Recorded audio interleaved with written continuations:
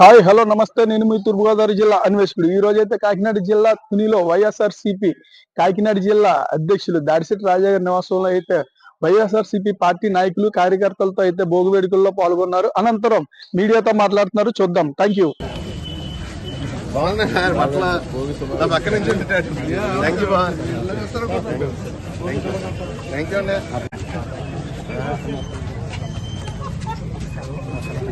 వస్తుందా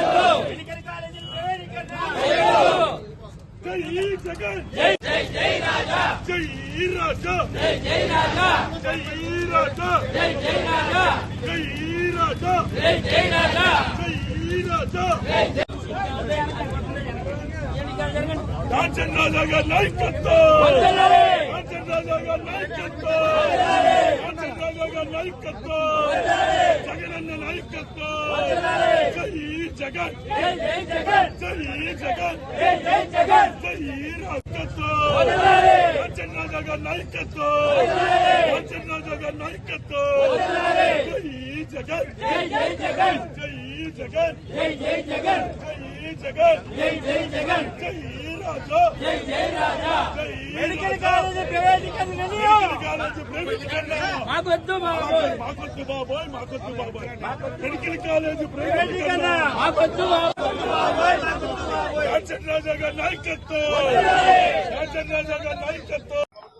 గత జగన్మోహన్ రెడ్డి గారి ప్రభుత్వంలో 17 మెడికల్ కాలేజీలు చిత్తశుద్ధితో ఈ ప్రజల తాలూకు ఆస్తిని క్రియేట్ చేసి 17 మెడికల్ కాలేజీలు, అందులో 7 పూర్తి చేసి మిగిలిన 10 కూడా వివిధ దశల్లో ఉన్నాయి. ఆ 17 మెడికల్ కాలేజీలు రాష్ట్ర ప్రజల సంపద. అంటే ఒక మెడికల్ కాలేజ్ అంటే ఒక 500 బెడ్డెడ్ హాస్పిటల్, ఒక బోధన ఆసుపత్రి అంటే ఒక కాలేజు కమ్ 500 బెడ్డెడ్ హాస్పిటల్. అందులో ఉచిత వైద్యం జరుగుతుంది, బాధ్యతతో కూడుకునే నాణ్యమైన ఉచిత వైద్యం జరుగుతుంది రాష్ట్ర ప్రజలందరికీ కూడా. అంటే జిల్లాకి ఒక మెడికల్ కాలేజ్ ఉండాలన్న సదుద్దేశంతో జగన్మోహన్ రెడ్డి గారు తెచ్చిన 17 మెడికల్ కాలేజీల మీద ఇప్పుడు ఉన్న కూటమి ప్రభుత్వం దృష్టి పడి వాటిని అమ్మేసుకుందాం పీపీపీ మోడ్లో. ఎకరం 100 రూపాయలకి, అంటే 50 ఎకరాలు ఉంటే 5,000, 60 ఎకరాలు ఉంటే 6,000, 33 ఏళ్ళు ప్లస్ 33 ఏళ్ళు 66 సంవత్సరాలకి అమ్మేసుకునే ఉద్దేశంతో పీపీపీ మోడ్లో వాళ్ళ మనుషులకు కట్టుబడే ఉద్దేశంతో ఏదైతే జీవో జారీ చేసిందో ఆ జీవో పత్రాలు ఈరోజు భోగిమంటలో దహనం చేయడం జరిగింది.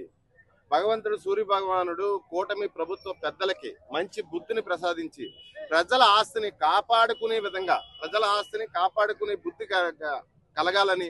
ఎందుకంటే 5 సంవత్సరాలకి చంద్రబాబు నాయుడు గారికి ఓటేసి ఈ రాష్ట్ర ప్రజలు గెలిపించారు. ఆయన కస్టోడియన్ మాత్రమే, ఈ రాష్ట్ర ప్రజల ఆస్తుల్ని, ఈ రాష్ట్ర ప్రజల సంపదకి కస్టోడియన్ మాత్రమే, ఓనర్ కాదు.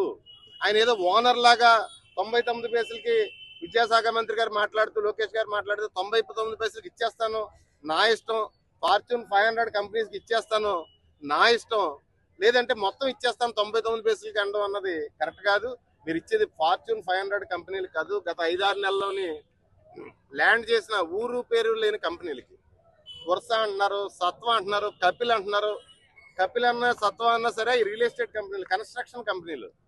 వర్ష అంటే ఊరు పేరు లేని కంపెనీలు. వేలాది ఎకరాల వాటికి ప్రజల ఆస్తి, వేలాది కోట్ల రూపాయల విలువైన ఆస్తి మీరు దారదత్తం చేయడం కరెక్ట్ కాదని చెప్పేసి తెలియజేసుకుంటూ, ఇది పండగ సందర్భంగా మంచి బుద్ధి ప్రసాదించాలని చెప్పేసి ముఖ్యమంత్రి చంద్రబాబు నాయుడు గారికి భగవంతుడు మంచి బుద్ధి ప్రసాదించాలని. అదేవిధంగా అప్పులు రాష్ట్రంలో గత 5 సంవత్సరాల్లో 3,33,000 కోట్ల అప్పు జగన్మోహన్ రెడ్డి గారు చేస్తే 19 నెలల్లో 3,02,000 కోట్ల అప్పు చేశారు.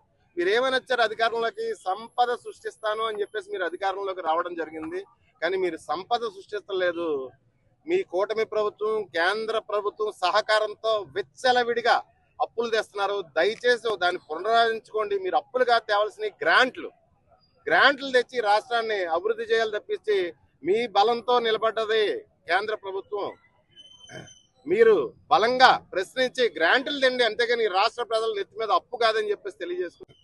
ఆ రోజు చిత్తశుద్ధితో రాజ్యాంగం రాసిన డాక్టర్ బిఆర్ అంబేద్కర్ గారి విగ్రహం జగన్మోహన్ రెడ్డి గారు కంప్లీట్ చేసి ఈ రాష్ట్ర ఆస్తిగా అప్పచెప్పితే చాలా తక్కువ డబ్బుతో కంప్లీట్ చేసి రాష్ట్రానికి అప్పచెప్తే దాన్ని సవ్యంగా ఈ 19 నెలలు బట్టి మెయింటైన్ చేయడం చేతకాటలేదు ఈ కూటమి ప్రభుత్వానికి.